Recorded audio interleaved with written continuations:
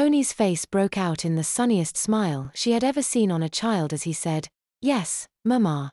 His smile turned into a small frown as the thought of what his psychiatrist would say. But what will my doctor say when he finds out you let me suck my thumb and wear diapers?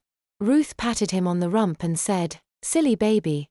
I just told you he was over here yesterday and saw you sitting on the floor in your diapers and sucking your thumb. Now go over to the breakfast table so I can fix your breakfast for you. You'd like eggs and bacon for breakfast, I suppose?" Tony grinned again and said, "Yes, Mama." Tony's mother made him bacon and eggs for breakfast as promised, letting him feed himself. Although she did insist on pinning a kitchen towel around his neck to use as a bib. Tony was a little disappointed that she didn't give him a bottle of formula to drink with his meal, but when he finished, she gave him a baby bottle filled with chocolate milk to drink while he was watching TV.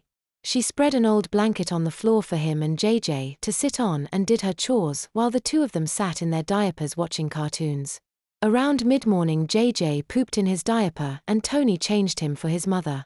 A few minutes later, Tony was surprised to discover that he was a little wet too and went to his mother to report for his own diaper change after putting JJ in his playpen. Ruth was busy in the kitchen and told him to wait a few minutes. She'd change him as soon as she was finished with the pots and pans. He was walking back to the family room to watch TV until she was ready to change him when something strange happened to him. Suddenly his bowels cut loose and he pooped in his diaper with no warning.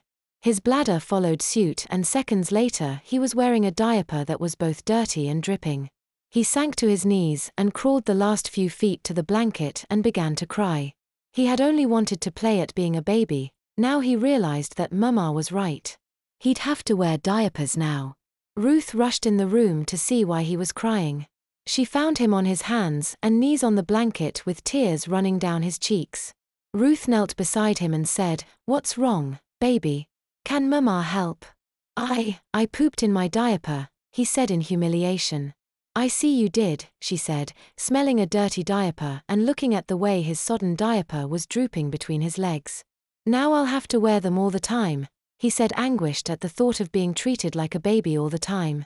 He wanted to play at being a baby, not be cared for like one because his behavior required it. "Well," his mother said sympathetically, "you'll have to wear them until you're potty trained again. That's for sure. Come on, honey. Roll over on your back and Mama will change your diaper." He sniveled as she cleaned him up and put him in a fresh diaper. She reached in her pocket and took out his pacifier and said, "Cheer up, honey. Here. Suck on this, it's not so bad. You'll feel better in a little while, I promise." You're not mad at me for pooping in my diaper," he blubbered. "Of course not, honey. Mama told you she loves you, dirty didies and all," she said with a smile. She tickled playfully him on his tummy and before long he was giggling and squealing happily.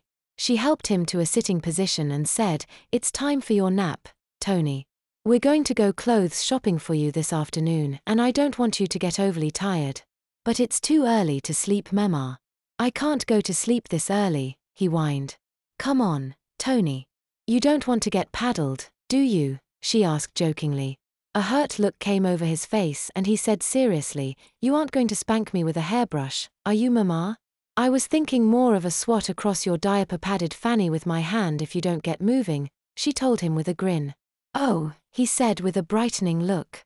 "I guess naughty babies do get swatted on their behinds, don't they, Mama?" "That's right, Tony. Now come on and Mama will get you tucked in bed."